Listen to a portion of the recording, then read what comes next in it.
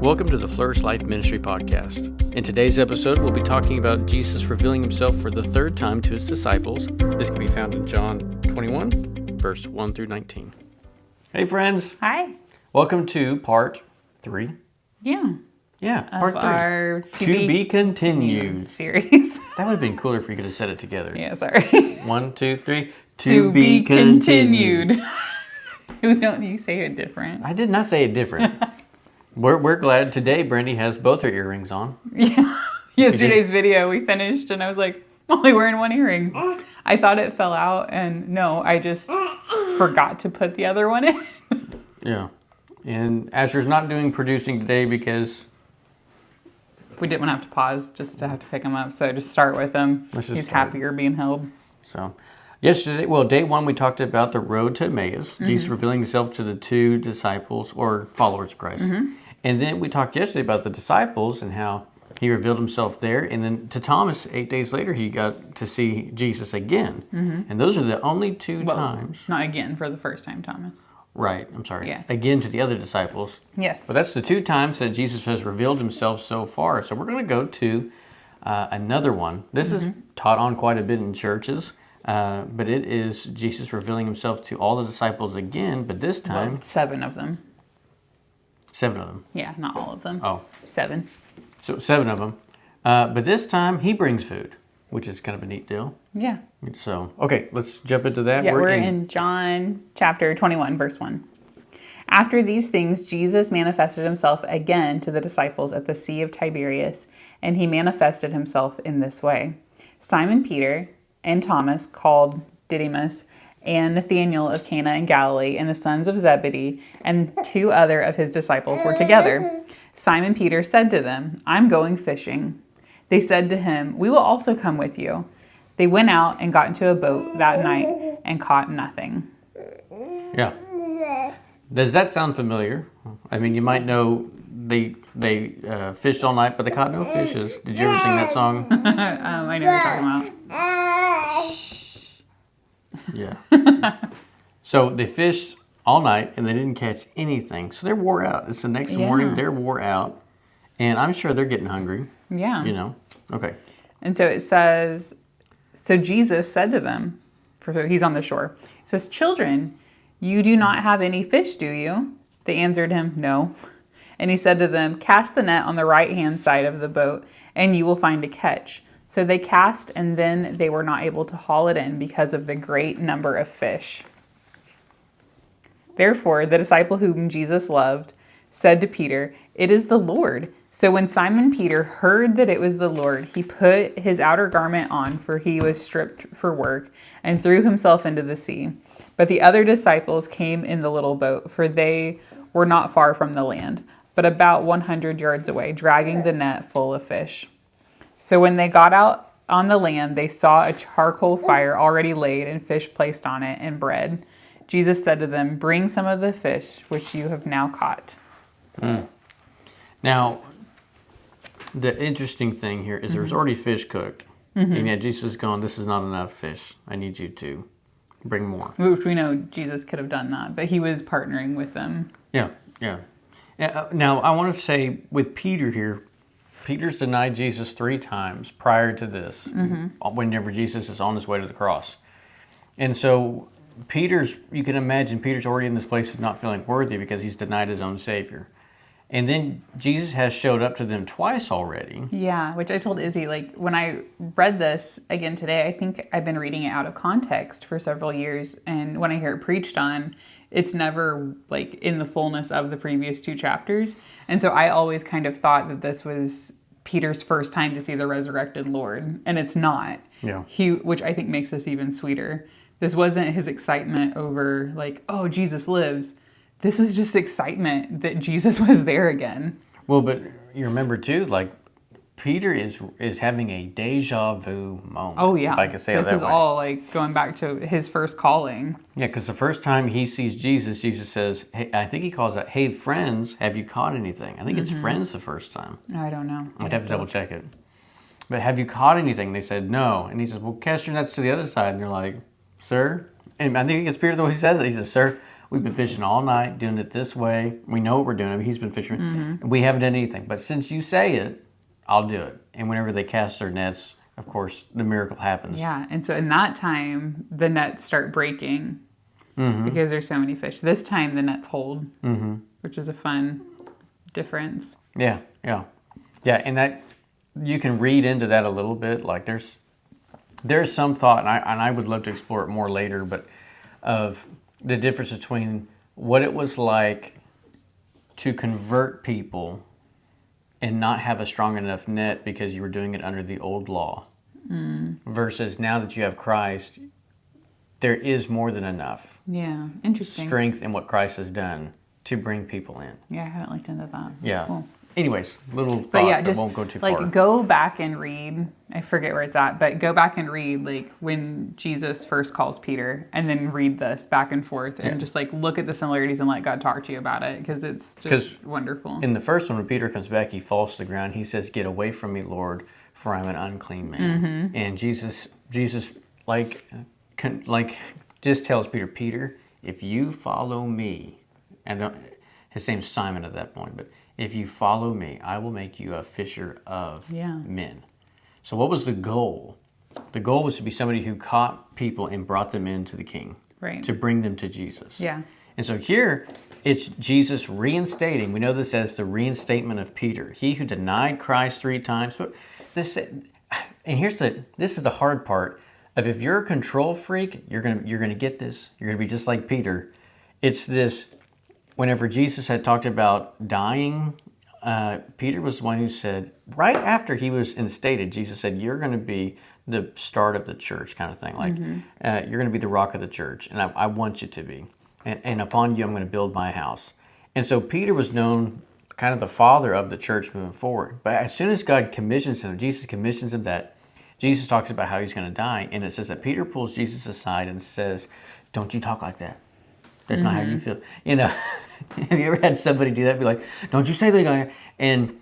And he's trying to, the word they use is rebuke Jesus for what he's saying. Sometimes we get... Like you're not doing it in the plan that I want you to. If you get a title, if you get a step up, sometimes it causes you to become so proud and like sure of your own self, your own thoughts, that you feel like you have some kind of authority to tell God what he's going to do. And I know that sounds stupid, but we do that sometimes.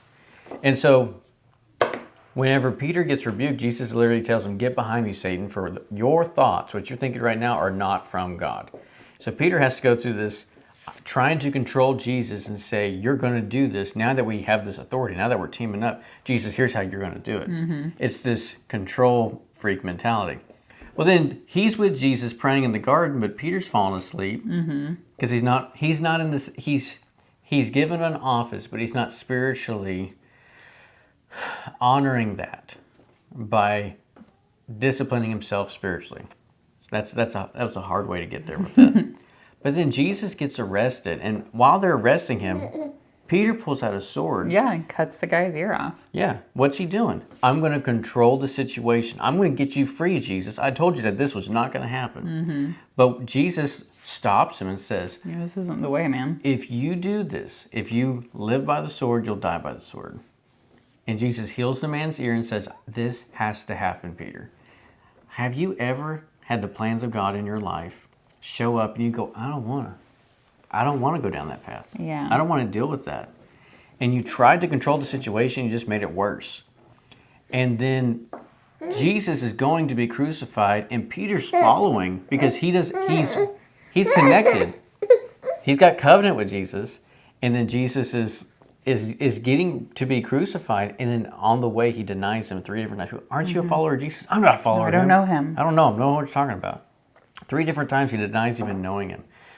And that was a big no-no. Like, you don't deny who you follow. You don't deny the person who you are in covenant with. Right. That was so wrong, and it still is. And yet here we are. Peter has done all this. He sees Jesus come back to life, and realizing that Peter's plan, I'm thinking about it this way. Peter's plan for Jesus was rejected. And God's plan came forward, which seemed horrible. And yet Peter's sitting now in the glory of Christ, in the glory of salvation, and the glory of what he's doing, and it's like, wow, your way was better. And now there's this humiliation of, I can't believe I tried to make God do what I wanted. Right. And a sorrow and a bitterness. And so whenever he hears Jesus call out, this is one of those things of, hey, children, we've changed from friend to children there. Have you caught any fish? Try the other side. So they cast their nets one more time. When you listen to God on how to cast nets, you get abundance. But when you toil in your own efforts to do the things of God, you're going to end up empty-handed. You can fish all night, but you're going to be empty-handed. You got to do what God tells you to do. So they do this, and then as soon as Peter realizes, and John's the one who says it, John says, that's Jesus. Yeah. Now, once again, Peter, zealous. Yeah, so like one of the commentaries I was reading was talking about how like John was the first to like discern that it was Jesus, the first to recognize, but Peter's the first to act. And I just think that's really fun when you look back at Peter and you see like, yeah, no, he's never slow in acting. And we see, like you're saying, with his motives, when it's Peter's motives and he's fast acting, doesn't end well. Right. Denying Christ, not good. Cutting the guy's ear off, not good. Rebuking Jesus, not good. Yeah. But when he's focused instead of on others, when he focuses that on Jesus and acts first, then it's wonderful. Right. Like jumping off the boat and running into Jesus is never going to be a bad thing. Right. And in some of your commentary was saying like he didn't know maybe he was going to walk on water or whatever. He just knew he was going to go to Jesus. Yeah. And I love that heart because it is that even when I fail, even when I mess up, he wasn't afraid of Jesus. He wasn't hiding. Now, he was ashamed. He was humiliated. But he was the first one to go after Jesus. Yeah. And what I love, too, is when you look at this, what were they doing? They were fishing. Jesus came to them while they were working. It's not like Jesus said, I will only come and find you guys when you're praying for me. I'll only come when you're doing something holy, when you're serving others. Like, no, Jesus said, I'm coming to where you're at. Yeah. Because I love you. Like, Yeah. I love that he showed up while they were working in something so ordinary. We have no account of him revealing himself to people in the temple. Right. Even though the veil was torn for people now to enter in to the holiest of places, still Jesus did not go to the religious places that we're seeing. Instead, he just went to where they were. Yeah. He'll meet you in your house. He'll meet you at your work. Exactly. That was my big takeaway. That's really good. And then I would say, we still got so much to go, so I'll shut up. Simon Peter went up and drew the net to the land full of large fish, 153. And although there were so many, the net was not torn. Jesus said to them, come and have breakfast. None of the disciples ventured to question him, who are you? Knowing that it was the Lord. So the commentary said that this was more of a, like, they didn't ask for him to prove it again. Like, they could see clearly, Jesus came and took the bread and gave it to them, and the fish likewise. This is now the third time that Jesus was manifested to the disciples after he was raised from the dead. So when they had finished breakfast, Jesus said to Simon Peter, Simon, son of John, do you love me more than these? He said to him, yes, Lord, you know that I love you. And he said to him, tend my lambs. He said to him again a second time, Simon, son of John, do you love me? He said to him, yes, Lord, you know that I love you. He said to him, shepherd my sheep. And he said to him a third time, Simon, son of John, do you love me? Peter was grieved because he said to him the third time, do you love me? And he said to him, Lord, you know all things. You know that I love you. Jesus said to him, tend my sheep. So again, I think I'd read this so many times, and I thought Peter was like exasperated with Jesus asking 3 times, like, I already told you, you're not believing me. It's like, no, it's he realizes why Jesus is asking 3 times. His own sin is brought up in front of him, and he's having to face it right on. And in front of everybody. In front of everybody. But that's also the beautiful thing here is Jesus could have done this privately with Peter. It's not like he was with the disciples all the time. Right. He could have showed up to Peter privately, but it was important that there be people there to see Jesus reinstate Peter. Right. everybody needed to know that Peter was forgiven. Well, everybody needed to know that Jesus wasn't done with him, and that Peter's mistakes do not define him. Right. And the calling that Christ had given him Yeah. as the head of the church was still his. Yeah, it wasn't forfeited. Yeah. And I think you could have had some disciples who said, no, I heard you deny him 3 times. How can we have a denier lead us on? How could that happen? That's just not, and I would say that. I would have said that. I would have said, there's no way, Peter. You denied him 3 times. What happens whenever... Yeah, now we're supposed to follow you? Like, no, we all would have scoffed at him, and that's why Jesus had to put a stamp back on him, I think. Yeah, and I think in front of everybody. Yeah. And with the question, do you love me more than these? Because, like, one of the commentaries said that this is, like, referencing a verse over in Matthew where Jesus is saying, like, all of you are going to fall away on account of me. And Peter says, like, no way, man. Like, everybody else does. I won't. Essentially saying, like, because I love you more than these guys do. Yeah, losers. And so Jesus is again saying, like, hey, remember that? Like, do you still love me? You think more than these guys do? Because if you do, I'm going to ask you again, just like I asked you in the start. Are you going to follow me? Right. And this time, I'm not going to shy away from telling you what it's going to be like. Right. You know, you followed me, and there was protection. You got to learn from me, and now you're going to follow me to literally the cross. Right. And he tells him that. He tells him exactly how he's going to die. Yeah. He does. Well, yeah. He's just like, when you get old, you're going to go places you don't want to go, and people are going to dress you, and you're going to have to pay the price for following me. Now, Peter actually gets a little upset. He goes, what? What does he say? He goes, he's like, what about John? Yeah. What about this one? So Peter, seeing him, said to Jesus, Lord, what about this guy? And Jesus said to him, if I want him to remain until I come, what is that to you? You follow me. And so then that started rumors that John was going to live forever, but that's not what Jesus said. Yeah. Anyway, but again, just like yesterday, Thomas wanted the same experience somebody else had. Right. Here's Peter saying, like, ooh, yeah, I'm going to follow you, but, like, is everybody else going to have to do the same thing? Yeah, I'll die for you if everybody is, but what about John? Is he going to live forever? And so he had to trust that, like, God had different plans for each of them, and was he still going to say yes to the plan that Jesus had for him, even if it was not exactly like everybody else's? So you go back to that whole what God's called you to do thing. If you are listening to God, He's going to give you grace to walk in the places He asks you to walk. But whenever we try to be controlling people, whenever we try to manipulate God and His Word to get what we think is best, not even what's best, not even out of greed or out of selfishness per se, but just getting our own minds that this is the right way to do it. If we're doing that, we may be missing out on what God really has for us. And it doesn't matter if it is death like Peter.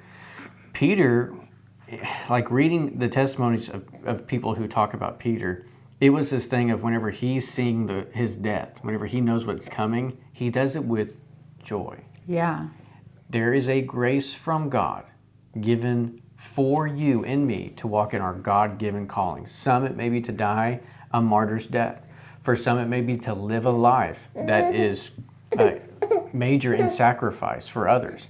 It could be 100 different things, but it's going to be unique to you, and it is best when you fully surrender and you say, God, show me where you want me to go, that I might receive the grace to walk out this path to please you, that I might have joy in it, no matter what everybody else thinks. Right. No matter, like, again, my big takeaway from this is that your sin does not define you, and it does not count you out. Right. You know, he was willing to face it. Yeah. And recommit to Jesus. And Jesus is like, all right, I got big plans. Let's do this. Yeah. So we go fisher of men to a feeder or a carer of sheep. And if you will, that is evangelism to pastor. You know, it's that to glean to steward. And so whenever God reveals Himself to you, He also reveals the office He wants you in for whatever season it is. Be sure that you're saying, God, show me who you are, that I might walk in the call or the office you have me this season. And the way you experience God in this season of your life is not the same you have in the past or you're going to in the future.